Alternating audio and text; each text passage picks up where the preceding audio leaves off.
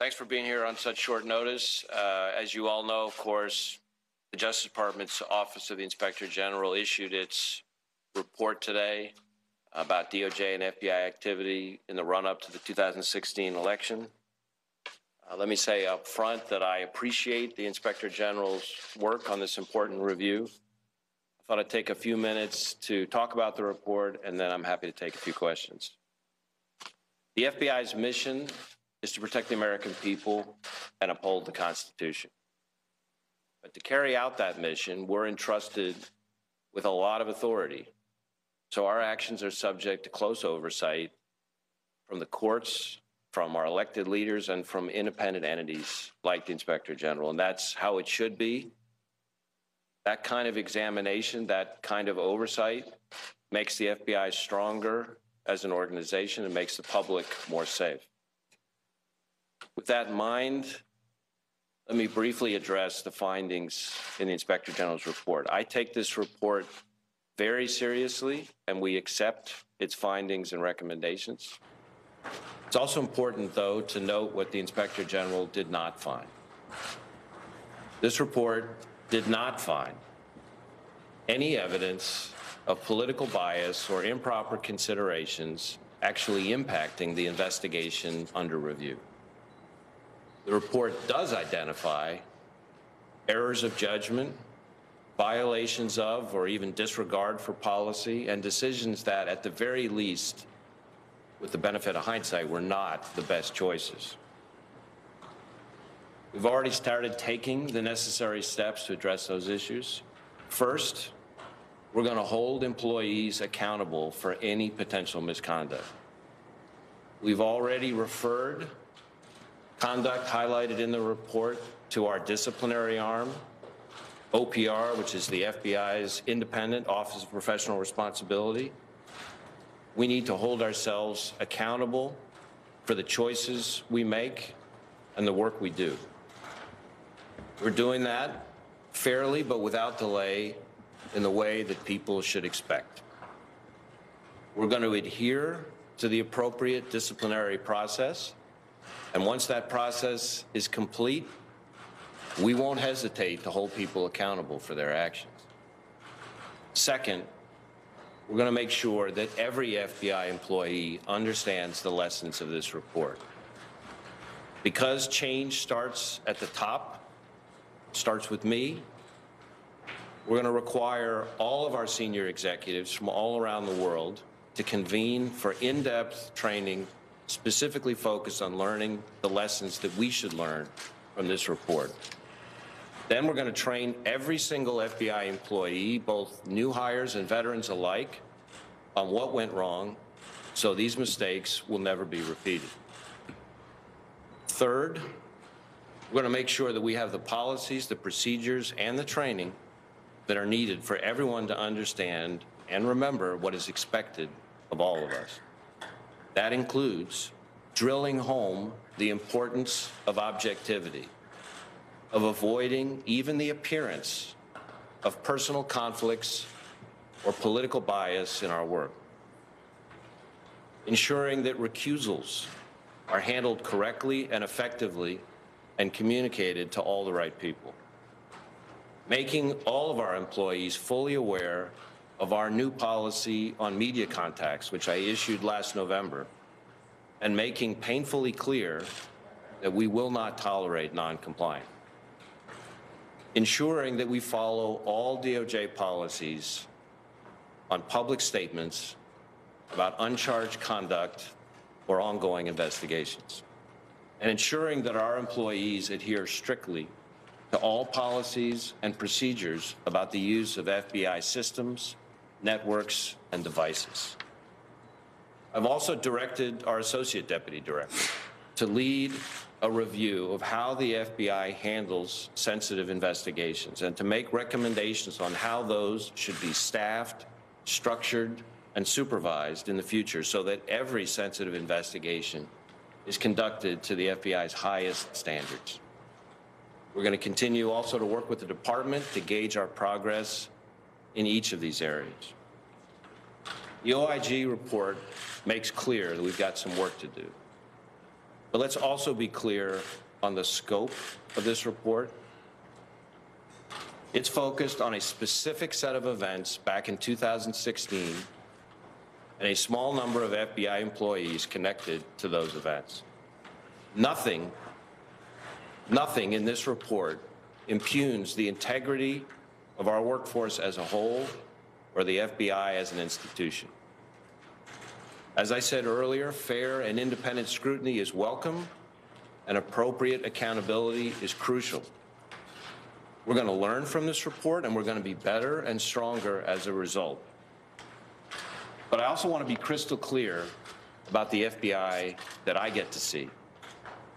In the past 10 months, I've been able to visit over 30 of our FBI field offices around the country and a whole bunch of our LEGAT offices overseas.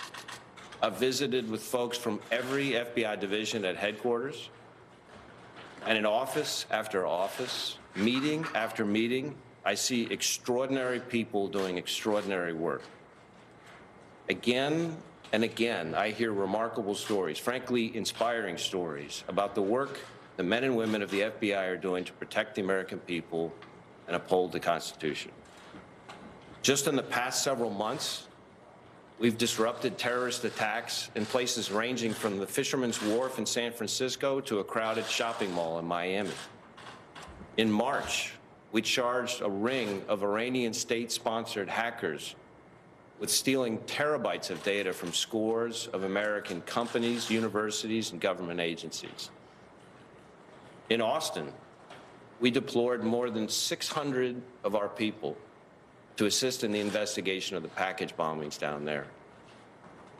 This year alone, we've rescued 1,305 kids from child predators, some of them as young as 7 months old. We've arrested more than 4,600 gang members, violent gang members, in just the past several months.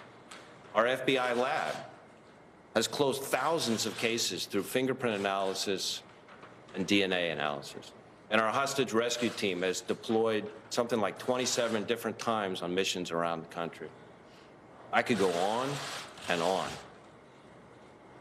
The FBI's men and women are doing all that work with the unfailing fidelity to the Constitution and the laws that it demands, the bravery that it calls for, and the integrity that the American people rightly expect. As FBI director, I'm laser focused on ensuring that our folks get to continue that great work and do it with the fidelity and bravery and integrity that we've always had. As I've been saying since as far back as my confirmation hearing, I'm a huge believer in the importance of process, of doing this job by the book in every respect, and I expect all our employees to do the same. I've tried to emphasize that at every opportunity. In my view, the FBI's brand over the past 110 years is based less on all of our many, many successes than it is on the way in which we've earned those successes. Following our rules, following the law, following our guidelines, staying faithful to our core values and our best traditions, trying to make sure we're doing the right thing, but to doing it in the right way, treating everybody with respect, and following the facts independently and objectively, no matter who likes it. That is the best way. That, in my view, is the only way to maintain trust and credibility with the people we serve. I appreciate this chance to respond to the IG's report, and I would also refer you for more detail in our written response that's attached at the end of the Inspector General's report. And with that, I'm happy to take a few questions. Director Wray, which in particular that's singled out in the report has been referred to OPO? What are you referring to in particular?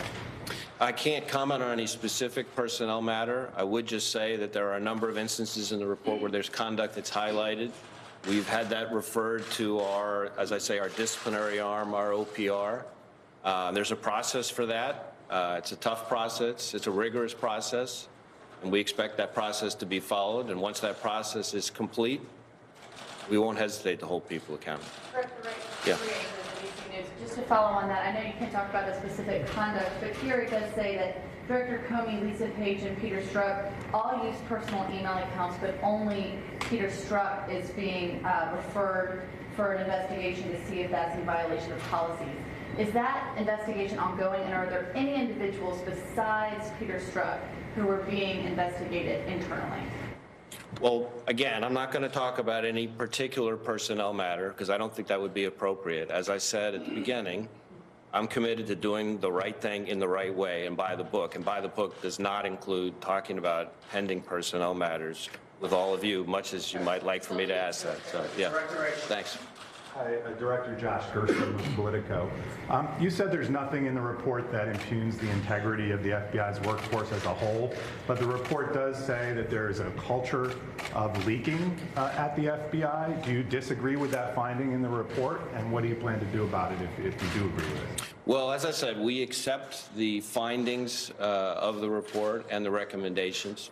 We're doing a number of things on that regard. First, we issued a new media policy that's much stricter and much more clear than what had been in place before.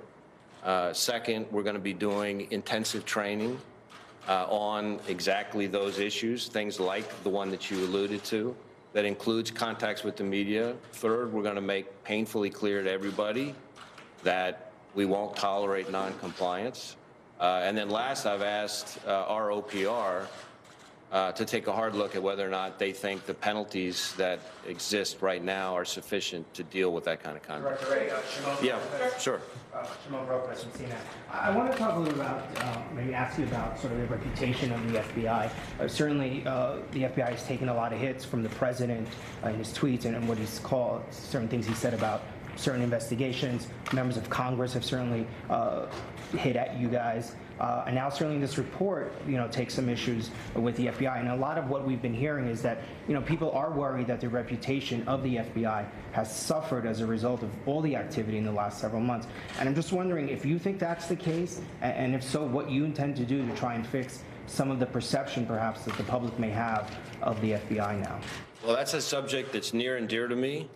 I guess I would say a couple things. One is there's no shortage of opinions about us out there. I will tell you that the opinions that I care the most about are the opinions of the people who actually really know us and know us through our work. So I'm focused on what juries think when our agents take the stand. I'm focused on what judges think when we give them a search warrant. I'm focused on what victims and their families think when they are asked, who do you trust to get your child back?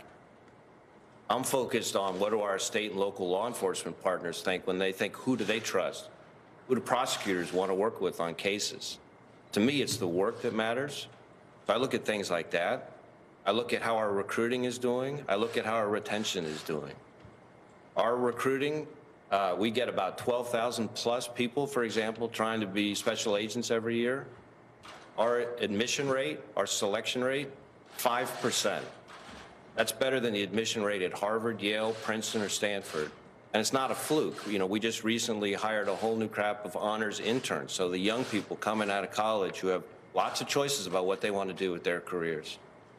We had the highest number of applicants we've ever had for our honors intern program. You want to know what that admission rate was? 5%. So I look at things like that. I look at what people think when they know us, and I look at what people think when they express their views through their actions.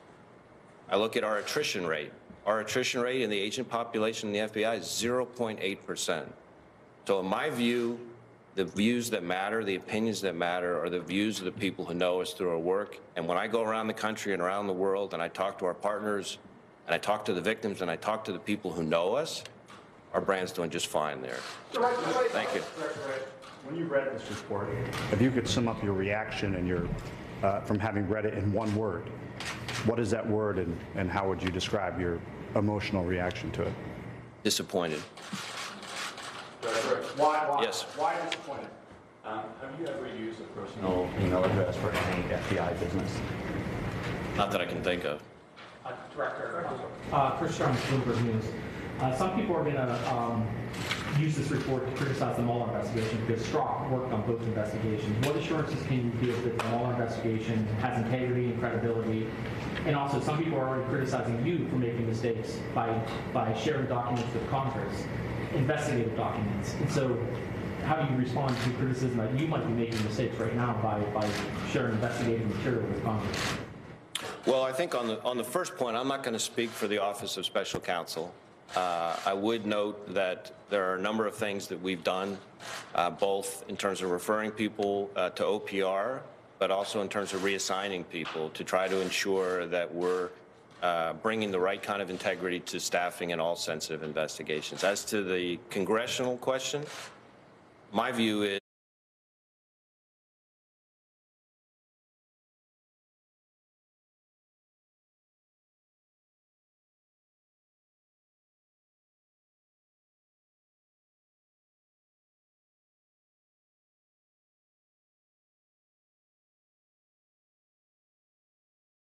we have obligation to be responsive to legitimate congressional oversight. That's part of our job. As I said at the beginning, we are entrusted with enormous power, and so we should expect we're going to get tough questions, and we need to be responsive and cooperate with that. But we also have an obligation to protect sources and methods and not to compromise ongoing criminal investigations and to adhere to things like grand jury secrecy and things like that.